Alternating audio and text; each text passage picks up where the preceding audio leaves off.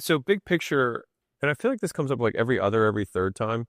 Um, like building a sellable business has nothing to do with the underlying tech that you're using insofar as it allows you to do business. And so what I mean by that is what matters is the economics of the business, not like, it's like, oh, like how will will HubSpot make my business valuable? It's like, no, it's a CRM. It's a place, it's just, it's information technology. It's how you gather, store, display, and analyze information. Like, no, it's a component of the business. And so to the same degree, like, is a Skool sellable? Is a business built on HubSpot sellable? Well, it depends on the business. And so everything else that you do to make a business valuable still applies. So it's like, do we have, consistent acquisition? Do we have a marketplace that we think is growing? Are there good margins in the business? How much revenue retention do we have on an annual basis?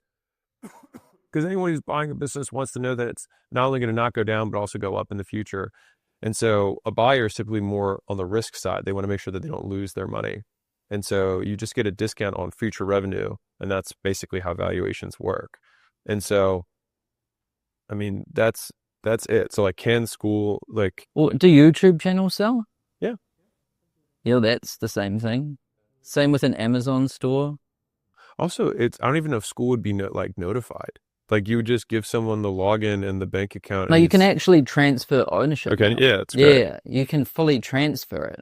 Well, yeah, our school is probably a little bit different, but our school is basically a funneling system for acquiring real estate. So, yeah, but yeah, it's the whole business. And so it's like if I had, rewinding the clock 10 years ago, if it was like I have my gym business and I have a group for my gym, when I sold my gyms, the group went with the sale of the gyms, but the group wasn't like, it's just a component of the thing. Now, whether you process or not is another component of it, but still, nonetheless, it's just, you have customers, you do delivery, you use a platform to do delivery on it. If you're really bad and people churn all the time, people are not going to want to buy it, or they're going to not be willing to pay very much for it, or they'll pay a lot for it if you have super, super low churn, which there's some guys who have like 1%, 2% monthly churn, and they just keep growing. And so if you have one of those businesses, people are far more likely to buy it. But that's really it. Like it doesn't need like, that's it. Like it's still the business that makes something valuable or not. Email data, is that something that we might get? What do you mean? See on a dashboard, open rates. Is that necessary though? And I mean, we could have a look afterwards to see what your open rates and shit are. Cool. And then you can see if you needed to know that. Yeah, because it is a lot of extra data, and Skool is simple, but it won't be if we add a lot of shit like that. And so I'm always asking, is it really necessary? Because we monitor all of these rates, right? Like we monitor them like a hawk, like the open rates, deliverability, click through, all of this. Same with the payment stuff. We're tweaking all of that. But if it's really good and we know it's really good and your community is working for you, do you really need to know?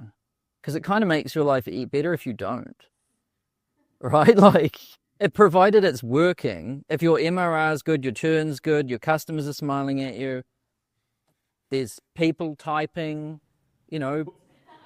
it's online, you're like, it's good. That's all you really need to know, I think. You want to know more when it's not working. Yeah. Yeah. So I'll show you afterwards. We can see what you think. But the email, I can tell you the email deliverability and open rate is insanely good. Yeah. Like open rates at over like 140 million emails a month, still like over 50%. Yeah. And CTRs maybe in between 5 and 10%. But I honestly don't think most people even know what that means. That's the real reason. Like if you're talking to some beekeeper or whatever, they're like, open rate, click-through rate, like, oh, I'm churning. Like, I'm out of here, man. They're already battling. They're already like, I can't upload a video. If we show them an email open rate, it's too much. Because once you can make money, the key is to just make it fun. Because what's better than making money? Making money and having fun, right? Like, yeah. Not open rates. And I don't think email open rates are fun. Yeah. Can we expect like more changes to the Skool community? Because I went through a complete like purge recently. So what are the changes? Well, I think with the that? map and the ambassadors and the meetups will be a part of it. I think this meme contest might become a regular thing, like a monthly meme contest. Merch is a cool part of the community. Like, people really like to use the thing and wear the hat, and like, because they feel like a part of it. That's something everyone should consider for their community too, by the way. Like, merch is an awful business, but what it does for your business is really good. It makes people feel a part of something, and so a bit more of that. And then, and maybe like a monthly call or something where we just kind of share the highlights, like who won the meme contest, what meetups happened this month, some photos of them, what's happening next month. Oh, look at who's winning in the Skool games. Like, oh, there's these new features dropped. Check out these cool groups, you know, just kind of building community. Yeah. We want to make Skool community fun side and Skool games money competition side. And I think that's what Skool is. It's this balance of money, competition and fun and community and culture. And you want them like split. Because I find it difficult as someone that uses both communities. Yeah, we're going to make sure that people who join the Skool games don't get auto-added to Skool community. Okay. Yeah. Okay, cool. Yeah, because it's like interesting because I'm like, which community should I post in? Skool games? Is this more relevant? And then also like, where does everyone hang out? Because I know everyone on the platform that posts, but I meet people that I've never heard of before. They win the thing. I've never seen you ever do anything in those communities.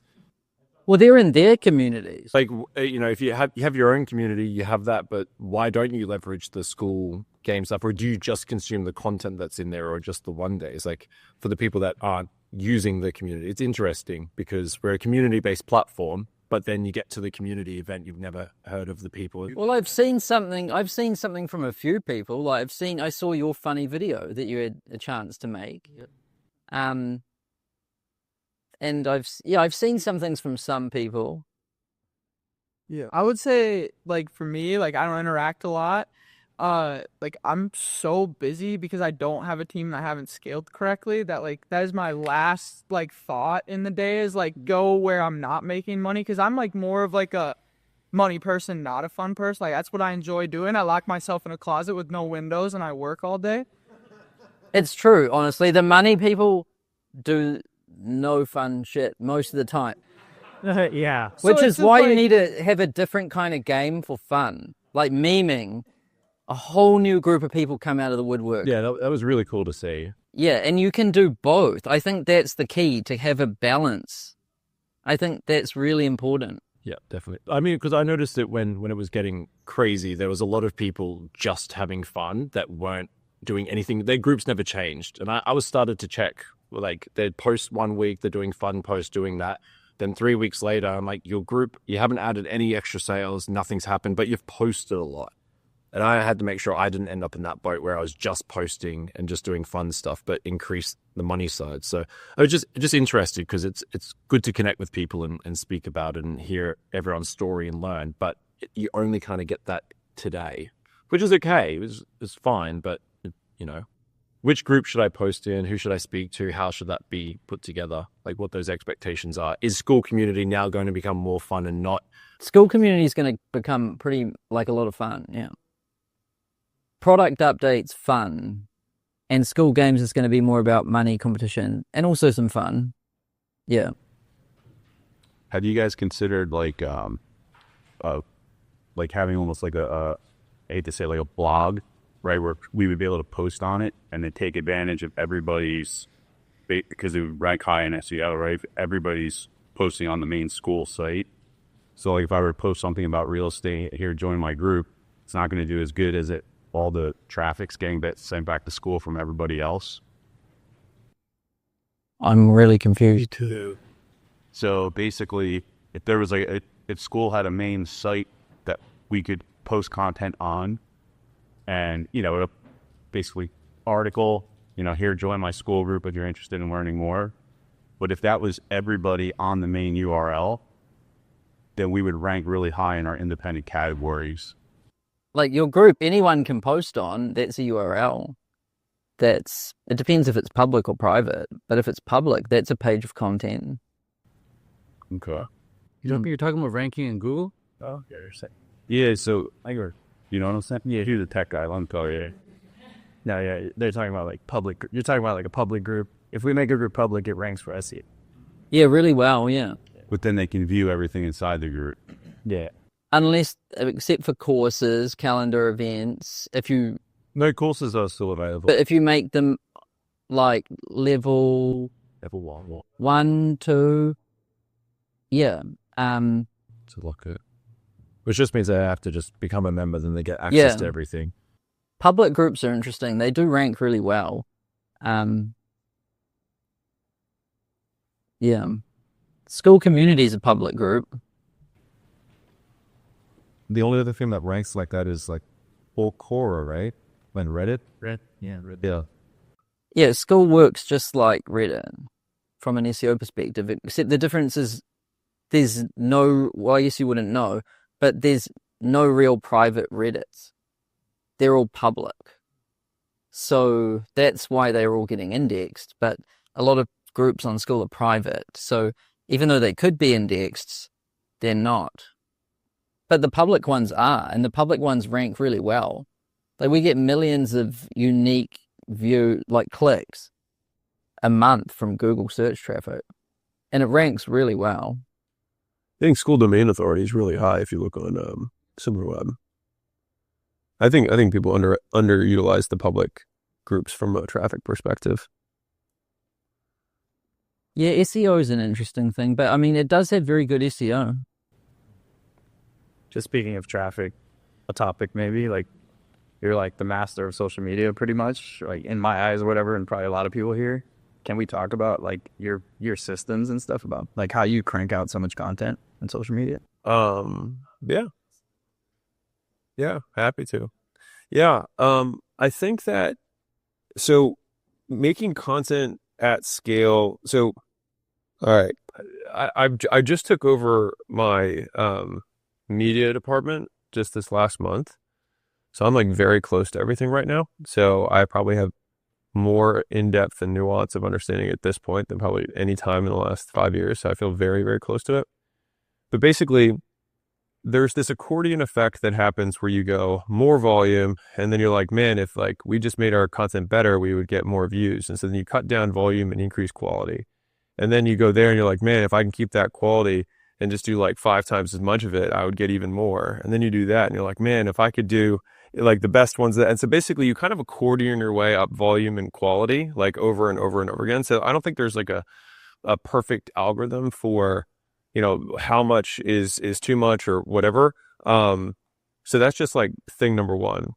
Thing number two is that it's because of how social media works, it's so highly leveraged on quality. Like one person with an iPhone can get 100 million views on one video. And so I think I've taken the position with my team that we're ramping down post-production and consistently doing that, which is tough if you have a team because they like post-production. And being like, we're not doing that. We're going to put it on the thinking side, which is not with a camera and not with Adobe or whatever, editing platform. It's all about like, how do we make sure that this hook crushes? How do we make sure that this content itself is good? And I'll speak to this as an educator, not as an entertainer. I think entertainers is a completely different game, honestly.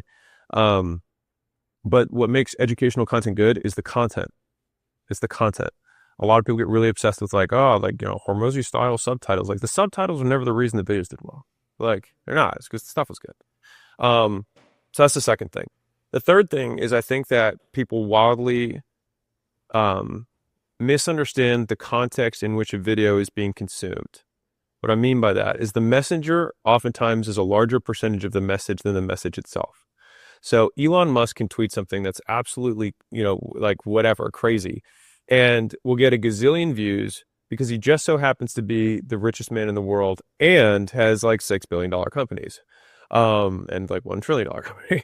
And so the context of his message is consumed there.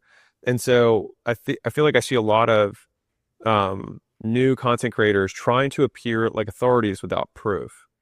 And so like the reason that my brand was able to grow is because we had an exit. If I didn't have an exit, no one would give a shit. I could talk about the revenue of the businesses that I had, things like that. But the thing that really drove it home was the fact that they knew a third party who was not me gave me a bunch of money and they're like, oh, this was legit. And so that's like the third thing.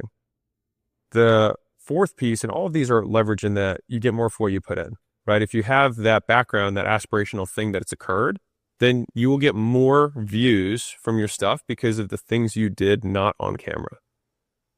Period. Especially in the authority space, which is what everybody here is if you're an educator. The next piece of this from a leverage perspective is I think you need to have some like a single sort like point of truth, or maybe 2 points of truth that you do your like kind of creation on. And so for me, it's X is really like my home base. That's where everything that I make in all my content actually comes from X. And yeah. And so people don't know that, but it doesn't have to be X for you. Some people are like Layla is really good at podcasts. She likes podcasting. It comes kind of natural to her. She's been a big podcast consumer. And oftentimes I would imagine the platform that you consume most often is probably the platform that you might make best because you're in it, right? Like you understand the nuance, you understand the culture, you understand the unspoken rules of what's cool, what's cringe, whatever. And so for me, I understand X pretty well. And so that's where I make my stuff. Layla understands podcasts really well. But from the podcast, we can take that and make a video script from it. And then so when she shows up, it's like, great, we're going to make a video version of this podcast. But it's already going to be in your voice because we know it's you, right? And then we can chop that up into shorts. And then while she's talking, the team will be like, that was a good tweet. And so they'll write some of those things down and then she'll tweet, but that's not her natural thing. For me, it actually is backwards. It's like I have 6,000 tweets or something on my X profile. Those tweets become tweet reels. Series of tweets together become prompts and longer reels. Like 20 tweets on one theme becomes a brutally honest video. That's advice. And that's all from the tweets. Many tweets thrown together become LinkedIn posts as long as they add an image. Like everything comes from there, from that one source. And so I think you just have to figure out what your like one source is. And then you can, basically chunk up or chunk down accordingly. But I think the thing that makes it, like what makes it special is that it has to be you. And like, I think people can tell, like everyone here has seen like the ChatGPT content, right? Like you've probably seen it, right? Like the comments that are auto ChatGPT, they just summarize what you say as a response. It's like, like Sam said, it's like, I immediately see that and I'm like, I hate you. I just like immediately hate this person. It really does suck. I was even thinking about using AI to detect ChatGPT content and delete it because it sucks that bad. Yeah, it's terrible. And so it's like the nuance of personality, whatever is still there. Now, maybe AI in the future will be able to replace that. Who knows? But for right now, I think you can still tell the difference. And I think as close to authentic as possible is what matters. And I think a lot of people try to do the advice side without doing the just like, this is where I'm at side. And expecting to be taken as the number one authority in a space without the number one outcome in that space. And I think that's honestly the biggest misconception. It's like, it's better to just go like, just like do shit that's really epic and then talk about that thing than to try and make epic content. It's much easier to make epic content about something that's already epic that you did. And honestly, I think that's like the TLDR, the biggest, most important thing that's missed with most people who are trying to make educational content is they don't have any proof. On the pre-production side, you mentioned, do you guys actually like write out books and stuff, or you're just... Yeah. You want to show them the... Yeah, so it's actually bi-directional. So when we make content, if we have high converting content, we will take the hooks from that content and we'll experiment that as ads. So like later today, we'll film some ads. Some of the hooks that we'll use will be actually content hooks that did well. And we're like, oh, we'll just use them for ads. And so it goes back and forth. We try an ad hook that crushes. I'll try and use it for organic. Kind of works both ways. But it depends on what pre-production is. Pre-production is really only going to be hooks for shorts. That's kind of it. And then for longs, it's going to be, a roadmap of who here wants, I could talk about YouTube. I just don't want to like bore you guys to death. All right. So when I took the team back over, I was like, okay, what are the things that create an awesome video. And so it's like, okay, the thumbnail, the headline, the intro, the sequencing and or roadmap, like those are the big things that create a really good YouTube video. None of those require a camera, and none of those are done in post.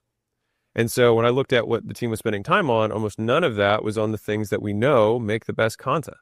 And so I was like, okay, how do we reorient the time allocation and resource allocation of the team so that more of that time is spent there on those things that matter most? And so with YouTube, we would have, what we'll do is if we're looking at each of those categories, it's like, okay, for packaging, we're going to look at outliers within our industry and outside of the industry. Like what is there a personal development video? Is there finance video? Is there a sales video? Something that has some sort of unique package, or even the dating space, doesn't really matter, that has a headline formula. We're like, ooh, that's kind of interesting. We could do that, but we could apply it to sales, or we could apply it to marketing, or whatever it is. And so it's like, okay, that's our packaging concept that we already know is an outlier, but we're going to make that package work for what we're doing. That's the headline and thumbnail. The actual sequence of the video, the first, really like 10 seconds, we try and confirm the thumb as fast as possible so that people know that whatever they clicked on is exactly what they're going to get. You're looking for congruence, and you want that both visually and like auditory, like whatever you're saying, right? So it's both sides. Like what do they visually see and what do they hear?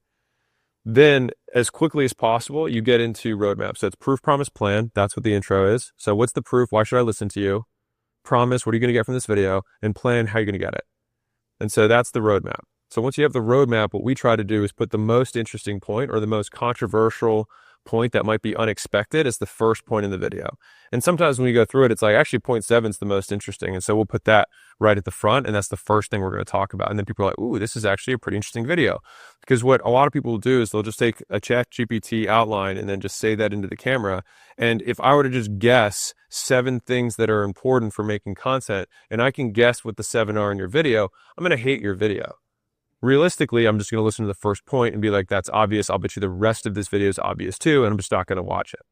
And so it's like and that's where like the nuance, it's like the one level underneath, where if you actually do stuff on a regular basis, you'll have things that ChatGPT won't, because ChatGPT doesn't actually make YouTube videos. It summarizes stuff from all over the internet and then regurgitates it. And so like for us, I know that like when I tweet, I try and tweet things that I think people would be angry at themselves for. And those tweets do better. Like there's some tweets that I do just as mental reminders because I think it'll be interesting for the team to pull from when they search a subject. And so I kind of like 2 types of tweets. Like one type of tweets is like kind of like just for me, like notes for later. And I'll try to be sure to make sure that I put words in it that when I search for a key term, it'll pull up. And so if we want to make a video on hard work, we make a video on focus, we make a video on friendship, we want to make a video on partnership, that tweet is going to come up. And that's more like, this is an idea bubble that I can make sure that I hit in a video or a short. If I have I'll call like a hammer, which is just like a tweet that's meant to just like murder, those ones are super packaged for like rhetoric of like, it's going to have some sort of like, if it doesn't work in a decade, it'll, don't do it for a day. Like has some sort of repetition or alliteration. It has some sort of swap in terms of how the language works, some sort of big and then small, some sort of contrast. And those are the types of tweets, like apparent conflicts that for my audience make them think, fuck, I should do that, or like I like make them hate themselves. That's what I'm really trying to go for. Those are the ones that outperform. That's kind of like, that's how I think about my base creation. And so I think everyone has to just have a way to base create, and then you just build out from there. So Layla goes podcast out, I go tweets up. So if you're lucky enough that you just love making videos, then like video is the easiest one because you can just transcribe it, you can cut it out, like it's already there. But me natively, I like writing. And so I'm a writer first. That's why I write books. Like I like written word. But that's at least for me, like the quote content system. And then beyond that, it's honestly just scaling output for the team, is finding people who are really obsessed with the platform. Like actually, like this is a lesson that we've learned, is like, I don't want to take people who are editors and try and teach them TikTok. I want people who are obsessed with TikTok and like business content or like real estate or whatever, whatever your niche is. If the people who are going to help you out with this aren't already consuming your content, I don't think it's a good idea, because they're not going to know what's cool. They're not going to know what's like in right now. They're not going to know what trends are happening. And you're just going to look like an old dude on TikTok. Does that help? The sequence part you said, So I got proof, promise, plan. Then you said sequence. It's like confirm in the first 10 seconds. After that, do you do like... No, the sequence is the rest of it. That's like, these are the 8 points. We won't show all 8 points. I'll show that I have 8 and I'll show the first one. And then it's like there's an open loop. And so the idea is hook, retain, reward is kind of the 3 steps of every video, which also applies to shorts, by the way. You just only do it once. In a YouTube video, you'll do it over and over and over again. And sometimes the hook, retain, rewards overlap. So you have multiple open loops of a large story loop, smaller loops that are continuing and kind of interwoven, which is why if you've ever watched, I'm sure you've watched a TV series at some point in your life. If you've realized the end of a series, it's like halfway through the last episode, the climax and then it resolves. But then the last like half of the last episode, they just open another loop, right? And so it's like you kind of think about the same way within the YouTube video, except the YouTube video, you just end it like at the exact moment that it finishes, because the moment you indicate that the video is about to be done, people leave and then it kills watch time. But yeah, in terms of the actual sequence of the video, it's like if you like, you're either going to do lists, steps, or stories. Like the basis of every piece of content is a list, a step, or a story. That's what it is. So you're just making some sort of statement. You're doing statements in a row. You're doing in a row that have to be in a specific order, which is steps, right? Or you're telling some sort of narrative. This isn't leads. Yeah, I mean, it took me a while to figure out. I was like, what is content? I was like, usually you make lists, you make steps, you make stories. Like you look at all pieces of content, that's usually what it is. Like I did this thing, or let me tell you about this thing that happened.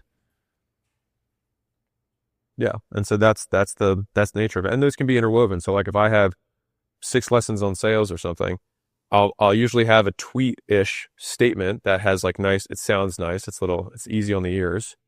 But that's not content. That just like opens the conversation. And then it's like, boom, let me tell you the story or example that makes this relevant.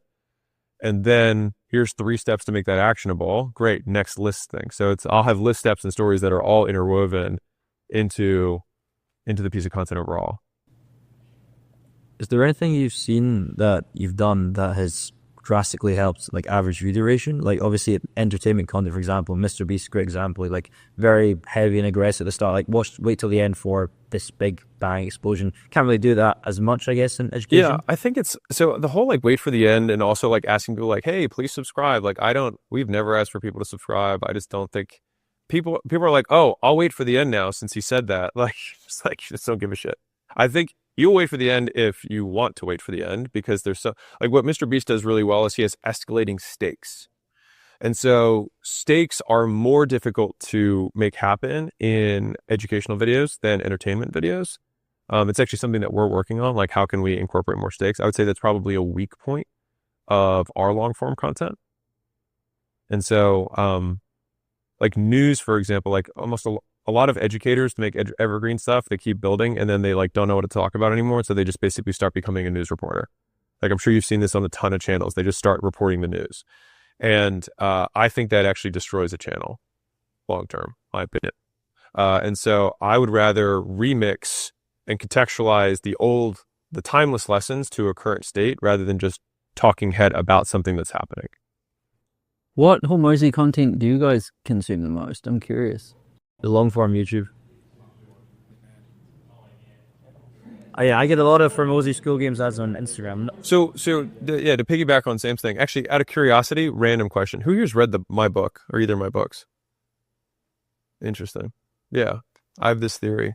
Yeah, I'm going to be going. I mean, maybe this is relevant for you, but I'm going to be pushing my book really hard next year. You reckon? Well, that too, but my existing books. Yeah, like harder than ever. Just like yeah. I'm going to push the books.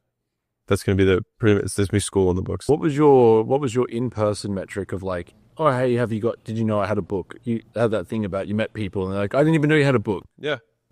Can you try and increase that statistic? Is that the goal? Yeah.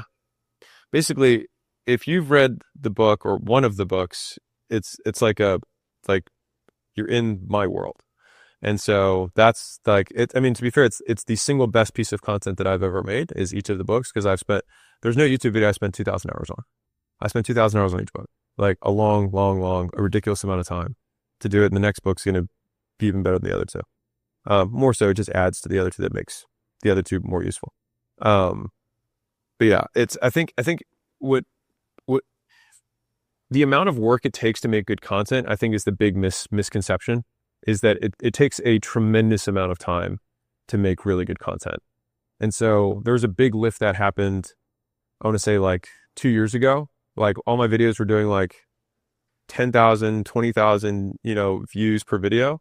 And then Michael came in. I don't know if Michael's here, but anyways, Michael came in, and because my old way of doing videos was I would turn on the camera and I would just like talk about whatever was on my mind. So I was basically podcasting on video, which is how I started making content to begin with, was all podcast stuff.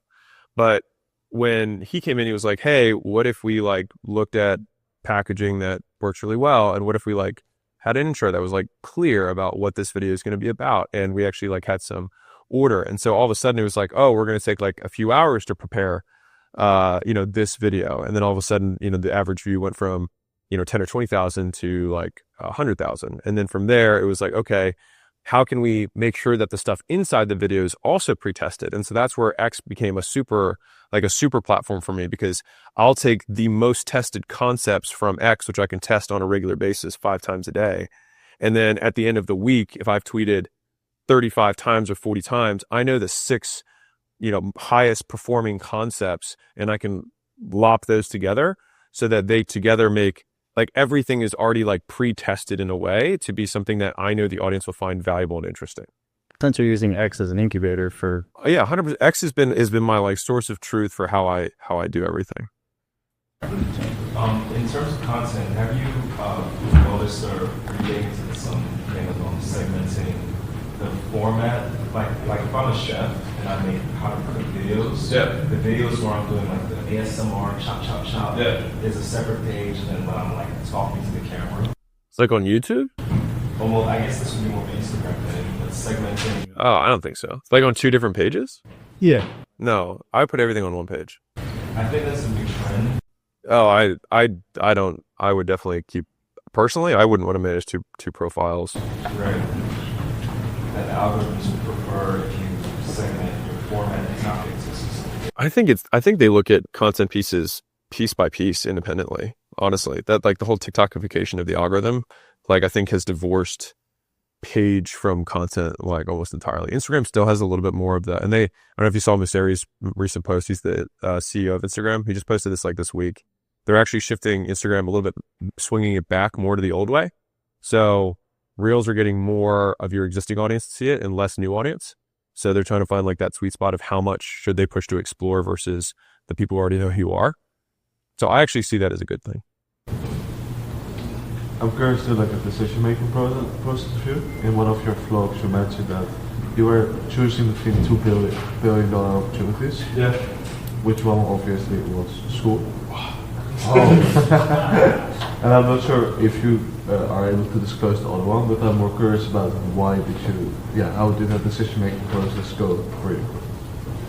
Well, I mean, you know which one I picked, so I can talk about that. Which is that I thought I just went down to the product.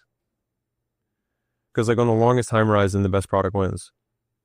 It's not about first mover. Like look at MySpace versus Facebook. Like it's just like, this is the piece that's tough for everyone who's coming in to like really get. And I think it's easy to hear the words, hard to like internalize, is that in the beginning, you don't know how to make money. And so you have no idea what to do. And so finally you learn how to advertise in some way. You start figuring out outreach, you figure out content, you figure out paid ads, you figure out affiliates, you figure out something, and you start making money.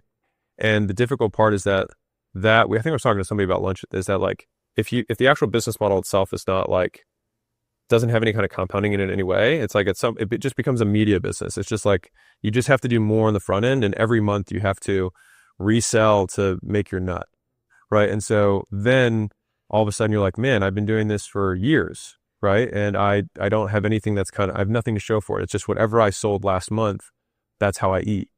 And so the thing that gives you the most leverage is that like how businesses get really big is that they sell customers over a long period of time and they don't lose them.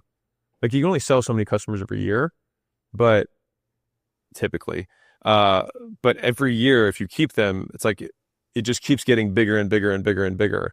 And that's the leverage that a great product gives. Now, if a product's like exceptional, then it also brings more customers in and of itself because of word of mouth and because of viral loops and things like that. And so, it was a higher leverage decision. Like the highest leverage decision I could make was find the best product that I thought fit the best with my audience and my skill set and my background. And so Skool was about education and media. And that's something that I felt really, really good about. It's like, I feel pretty uniquely qualified, and there's the money making component, which I feel very, comfortable in. And so it's very much a space that I understand. And so I felt like this was the right thing. On the same content about personal branding, so I think you mentioned before you didn't want to do personal brand for a long time, and then finally you were like, I need to do a personal brand. So what, you just touch on that again real quick, like why you did that? I mean, there are cons to it for sure. And I was aware of the cons getting into it, and it just felt like it was worth the trade. But it very much was like, I've been in the middle of the path. Like I haven't been someone who's like, man, I really love attention. Like that's not really my thing. But I do. When I took the year off after the sale, I was like, I'll tell you how this basically got derived, which was I immediately was like, okay, I don't need to make more money anymore. Okay, what do I want to do? And then I was like, I'm going to do a charity and make that be my whole thing. And then the more I read about charities, the more I was like, these aren't really sustainable. They're not, like, all stakeholders don't benefit. You have to keep begging for money. I was like, well, that doesn't work. And so then I read John Mackey's Conscious Capitalism, which is basically a book that states that, like, in order for something to be a force of good, it has to benefit all stakeholders. So employees are a stakeholder, customers are a stakeholder, the owner is a stakeholder, the environment is a stakeholder, the community, whatever. So these are all the stakeholders in the business, or that surround a business. And it was like, if you can have a net positive exchange with every stakeholder, then the wheel will continue to spin, and then it can outlast. And so I was like, oh, so I ended up re-deriving just a for-profit business that does a good job. And so then I was like, okay, well, I do believe in, like, all the stuff that got me to where I am is all this alternative education stuff, like all the things I learned from the courses, the masterminds, the coaching programs, everything that I went to. And I was like, well, if I just make my stuff better than everyone else's, and I make it free, and I figure out a different way to monetize off of it, then I will be able to help a ton of people.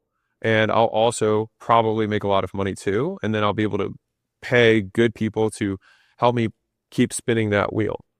And so that was basically the thought process behind doing it. And then in terms of giving up my personal freedom, it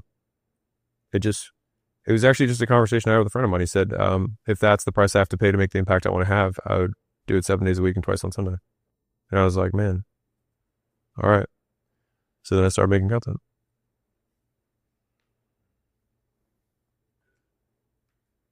Is there anything that you find people often miss in your books or in your content, where they're not quite reading between the lines? Like maybe it relates to the money making beliefs or some of these alternative sources of education that you've had.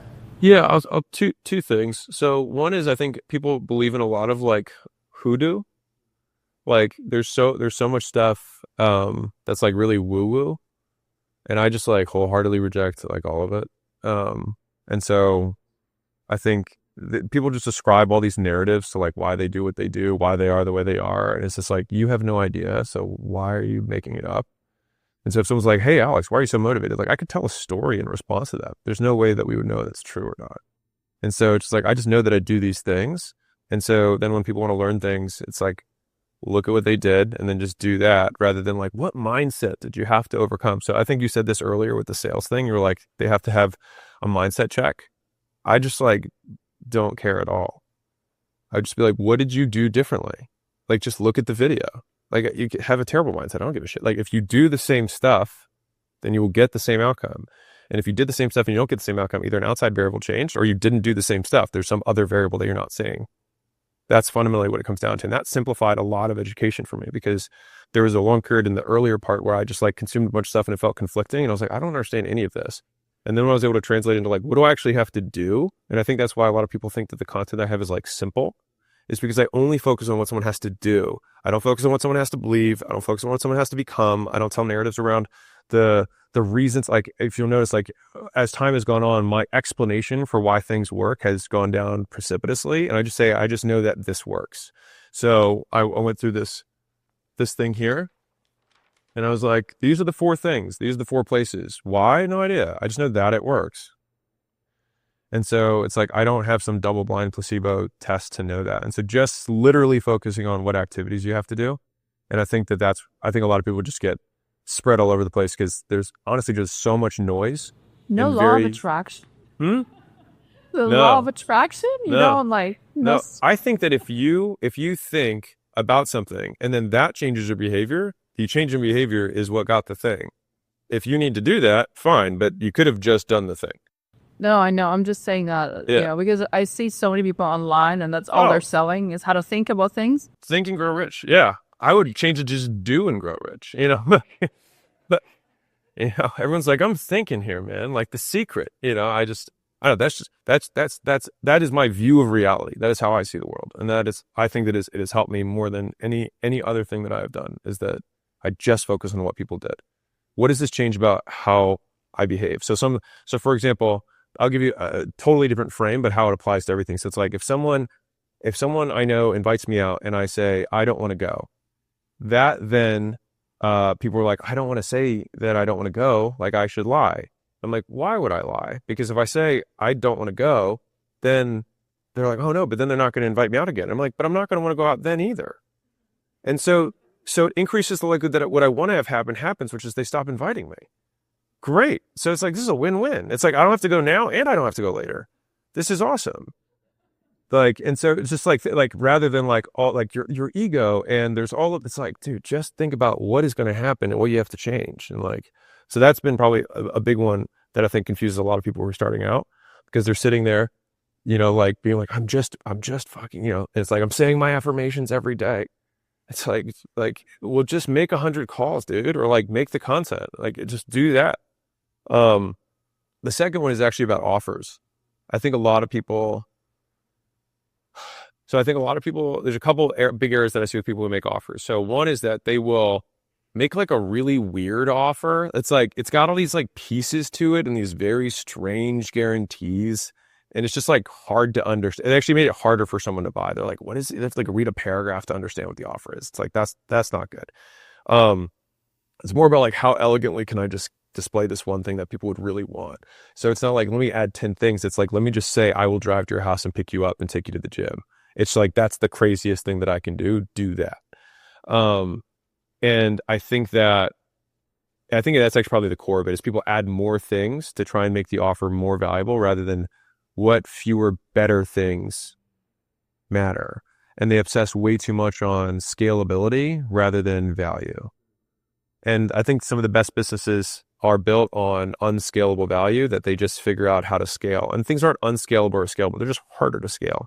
It's like, if we can build cities in the middle of the ocean or in the middle of the desert, like we can add some more phone sales guys. Like, it's not like, it's less scalable to have. It's like, we have people, there's a solar company came out to our headquarters, that's 400 door knockers. So the 400 guys who are knocking doors every day to sell solar. It's like, well, it's not scalable. What do? You think you just knock on people's door? It's like, kinda. Like, kinda. And like, you think you're just going to teach people off the street? Kinda. It's like, yeah, but every business has hair. But I think people really obsess on like, it has to be scalable before they've like even made anything valuable. And I think those are probably like from like, what are the mistakes that I feel people like that make a lot? And Kirby and I are on those calls. And I feel like so many times they're like, man, people don't like my Grand Slam offer. I'm like, this is like not even a single, like not like, let alone a Grand Slam. This is like a bunt. Like, this is like a bunt with like a lot of things attached to it. It's like 3 strikes and then a whiffed bunt. This is not a Grand Slam offer. And so I think that's probably the second really big thing that I think people misconstrue. Super useful. Yeah. What might Layla say to that question?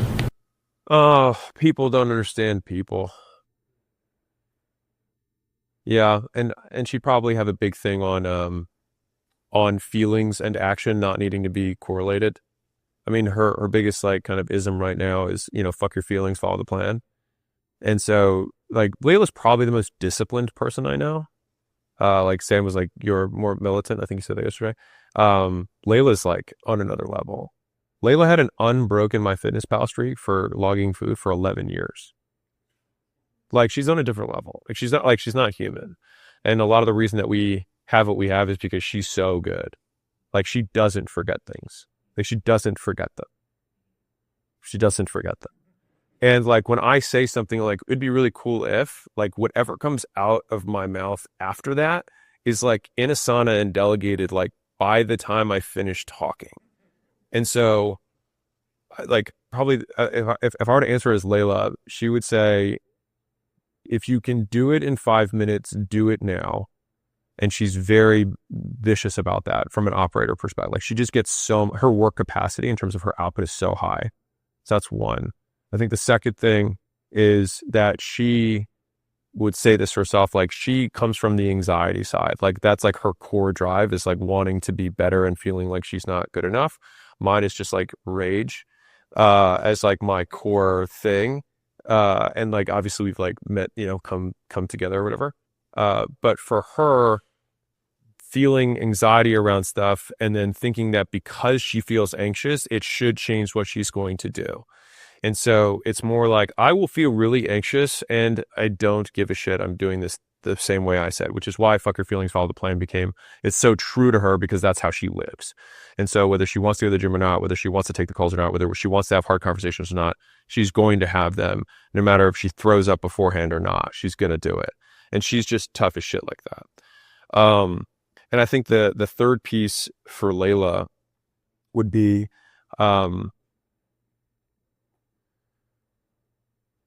managing the expectations and communications of a team.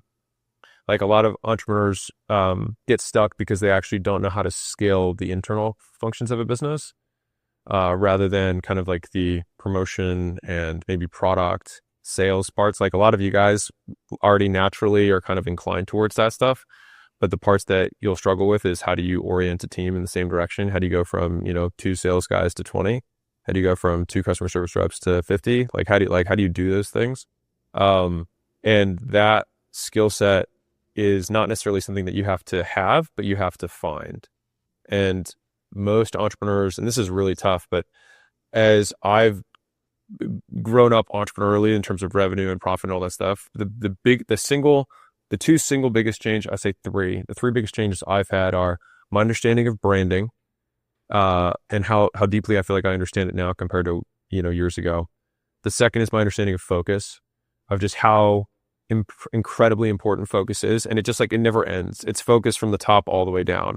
Every individual person has to be very focused on one thing. Otherwise, people have terrible jobs switching tasks between things. I think it's wildly inefficient, but that rolls up to departments, which rolls up to businesses. It's like, if there's only one big thing that we could accomplish here, what would it be? And if we just did that one thing, could it change everything? If so, then let's put all of our resources towards hitting that thing.